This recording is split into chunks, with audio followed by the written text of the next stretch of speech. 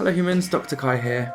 Sorry I haven't been making any videos recently. I've been extremely overwhelmed with real life as well as being exhausted from Distant Worlds, but I do plan to immediately, this week, get back to my Sailing Amongst the Stars series, so stay tuned for that. But as promised, and without much further ado, here's a video on comparing the Vive Pro to the Valve Index, and I don't have any more, but the Pimax 5K XR. I also wanted to compare the HP Reverb, which I was going to order and then either return that or the Valve Index. They were supposed to arrive at the same time, but for some reason HP cancelled my order inexplicably, refunded my money, and didn't say anything about when it will come into stock. And I've been checking and checking and checking. I've been told I'd be immediately contacted. So something fishy's going on there. I think maybe they've realised that it's an extremely bad batch and they have some really bad bugs to work out. So that might come in a later video if I ever do end up getting my hands on it, but this will have to do. I have not made any exact measurements like some videos out there. This is very subjective and you'll soon find that that doesn't really matter. I'm approaching this from a person who's really into immersion and detail, so some of the things that you might be interested in might not come up in this video, or you might disagree with me. That's okay. Take it or leave it. So I'm going to start with telling you about the Pimax 5K XR, and I'm also going to tell you why I got rid of it. I do not recommend it. That's how I'm going to start the video. I'm just going to say I do not recommend it. Basically, I was drawn, like a lot of people are, to the high resolution, supposedly. It's got a high resolution than both of the other headsets in this video, as well as the extended field of view, up to 200 degrees it claims. Now, I was expecting, as someone who I've said is really into immersion, to be overwhelmed by the amazing FOV that the Pimax was going to supposedly have. And I have to say that when I put it on for the first time, I was underwhelmed. And I'm the kind of person that gets really hit and shocked by something like VR. When I got my first VR headset, it was the DK2, I was blown away. It felt like I was there and I was just in shock. So I was expecting a similar effect like a lot of people on the internet claim, and I just didn't get it. It does have a pretty wild FOV, I won't deny that, but for some reason it didn't answer all the questions, it didn't fix all the things that I felt were lacking about VR, it didn't transform VR for me. I really did give it a go. I tried it for a week, I tried it for hours on end, I tried taking a break, I tried being in a different frame of mind, I tried all sorts of games, and never once did I get a moment where I suddenly was like, wow, the FOV is amazing, and this I'm totally there, and I wasn't before in any of my other gaming experiences on other headsets. So I can't recommend it based on the FOV. Another problem with the FOV is that it's got several options. You can put it on large, medium or low. I know the reason they did that is because when it's on large, yes, it extends the FOV slightly, but it gets very distorted at the edges. It's very warped and there's a lot of chromatic aberration and a lot of what's called barrel distortion. It's not the things are distorted when you move your head and they warp. That detracts from it. You can put it on low, but then you're already approaching the FOV of the Valve Index. So anyway, we'll come to the Valve Index soon. So for the FOV, I don't recommend it. The resolution, yes, it's a very high number, but what's really important for immersion is the density of the pixels, like how close they are together relative to your eye. And because it's got such a wide field of view, as you can see, the lenses go all the way to the side.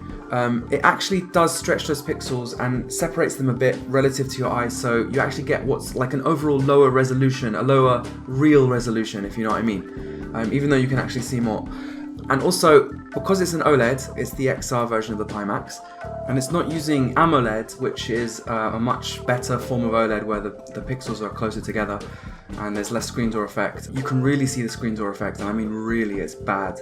I did not like it at all. And then, just to make it even worse, it's dull, it's dim. When you've been wearing the Vive Pro for as long as I have, and then you put on the Pimax, it's just, the screen is much dimmer. It's a bit like the Oculus Rift compared to the Vive. If anyone's ever compared the two, you'll know what I mean. The Vive is just more vibrant and bright, and this is dull and dim, and it's just, I just was not impressed. Now, the most damning thing about the Pimax, I probably could have seen through all of that and ended up keeping it, but the most damning thing about the Pimax is the PyTools compatibility. It's not compatible with any of the games that I wanted to play. It's got a special compatibility mode known as parallel projections. Compatible with parallel projections is the option in PyTools. You have to enable that for every game that I wanted to play. What that does is it somehow fixes it. Again, I'm not an expert. somehow fixes it to work with certain games that otherwise come where the screens are not aligned properly and it's just unplayable. It's not a VR experience. You're looking at two separate angles that are way too far apart and that just don't mesh up with your head properly. When you switch that on, yes, that's fixed, but the problem is you cut the performance in half, and I couldn't run any of the games that I wanted to run at anything like a smooth frame rate. PyTools has got motion warping, just like all the others. It's got the ability to lower the refresh rate, so you can get better performance out of it. Even with all that, all the games I wanted to play were slow. I couldn't turn up the super sampling or anything like that to make it look as beautiful as I would have wanted it. That coupled with all the other problems meant that I returned it as soon as I could. And by the way, all the games that I wanted to try were Elite Dangerous, Fallout VR, Skyrim VR, Subnautica, Space Engine, also the Alien Isolation mods and the Doom BFG mods and others. I couldn't get it to work with any of them. There were very few games that it would work without compatibility mode. I sent it back. Right, now on to the good ones. So, I've had the Vive Pro for a very long time. I've had it for over a year. My best way to compare it to the Valve Index is to start with the Valve Index and compare it. So, before we go any further, let me just show you how I've modded my Vive Pro. So, some of the things I say might not actually be applicable to you. Firstly, I've taken off the default foam, which is very thick, and I replaced it with actually an Oculus Rift foam that came from VR Cover, the company. It's their thick velour one with memory foam. Very comfortable, and it gets me a lot closer to the lenses. On top of that, I've got these things that I velcroed in. They're just lenses to help me with my eyesight, because although I've been using it for years without glasses, I did notice once I put my glasses on and it got that slight bit clearer. I've got a prescription of about -1 on each eye. It got slightly clearer for things like viewing the stars in Space Engine, so I decided to invest in these, and I bought some glasses where I could attach lenses. Very cool thing to do. Also, I've got the Gear VR lens mod. So that's going to play an important factor in my comparison. If you're not planning on getting that, then some of the things I'm going to praise the Vive Pro about are not going to be applicable. But I do strongly recommend getting that if you have or you're going to get the Vive Pro. I'll explain why soon. So to start things off, firstly I just want to say that the Vive Pro is absolutely amazing. When I got it over the Vive and the Oculus Rift CV1, I was blown away by the clarity of it. I've said since I got it that it's so clear that it's basically good enough for games like Elite Dangerous. You can see all the detail that the developers intended you to see. You can still see the pixels, and that can bother some people, but for me it was just such a night and day difference, and the clarity is so good that I can feel pretty immersed, and it's bright and it's vibrant, and I was very impressed with it. So starting at that level, let me tell you about the things that the Valve Index has got over the Vive Pro. So firstly, it's more comfortable. As you can see, it's got all these extra features. That thing that it comes with is soft. I'm never going to need to replace that. It's got a nicer tightening. This one sticks out more, so if you've got a chair behind you, it's going to collide, and you're going to have to make sure you don't have like a headrest behind you. This one it's closer. It tightens easier. It's sleeker. As you can see, it's just somehow sleeker. It looks more like you're wearing a visor. I don't know.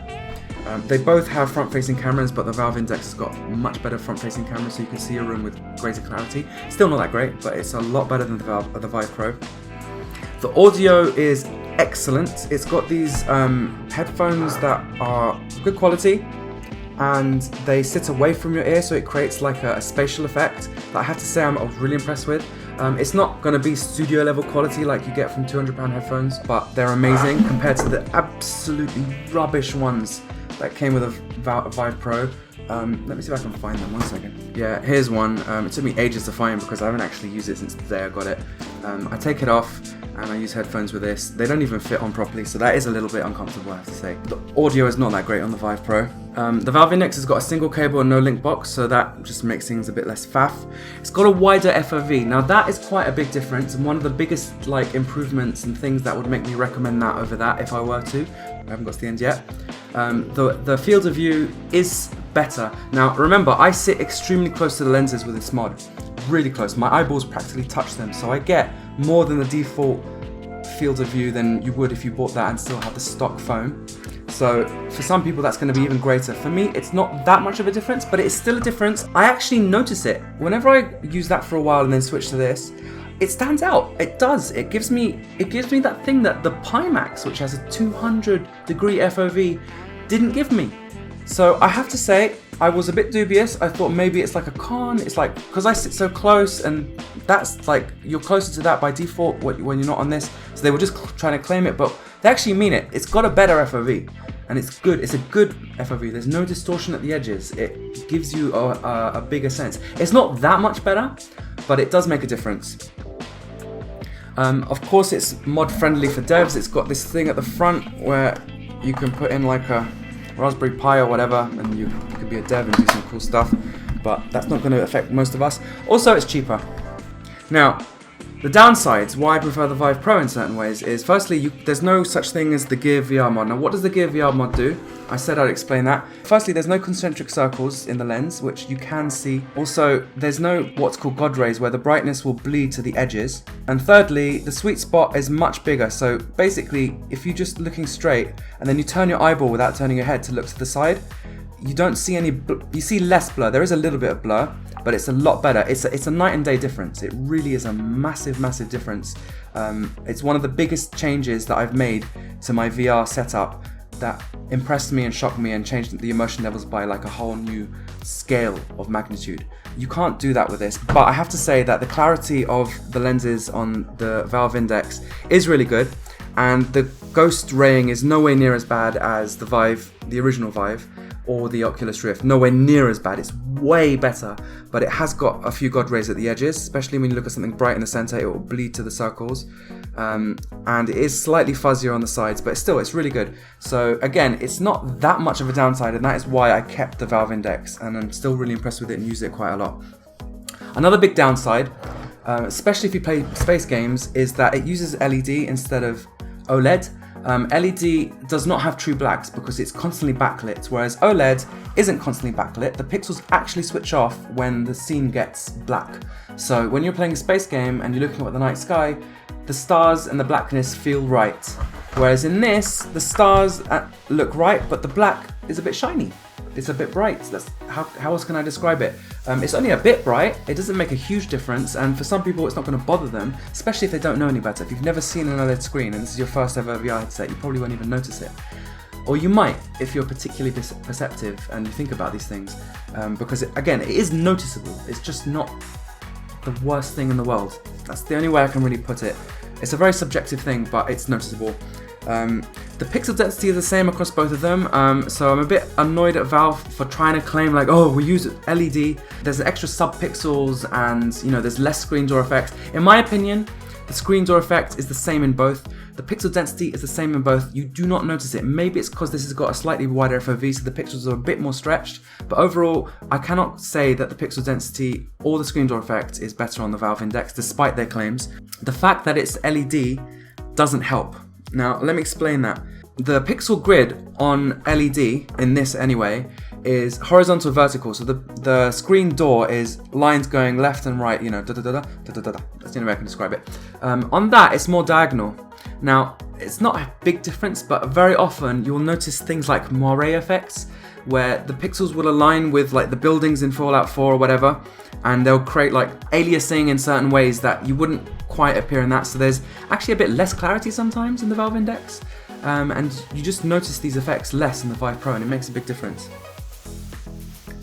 Now, they're the same on a few things. They're both pretty heavy. I would like them to be a lot lighter. The Pimax was a lot lighter than both of these put together. They are both bright and vivid, like equally so. I can't say one's... I was wondering if this was going to be dim like the Pimax, but it came out really bright and vivid. Really appreciate that.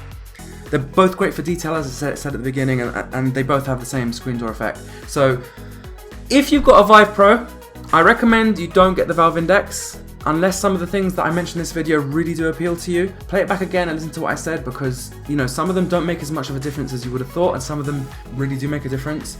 But overall, in terms of quality and overall experience, I'd say they're both about the same. If you don't have either, I'd probably recommend going for the Valve Index. If you really care about blacks and play mostly space games, then consider getting the Vive Pro, but do bear in mind that it's more expensive. So I would probably overall recommend the Valve Index, but only slightly, and it's very context based. Anyway, it's been a pleasure, and so long, humans.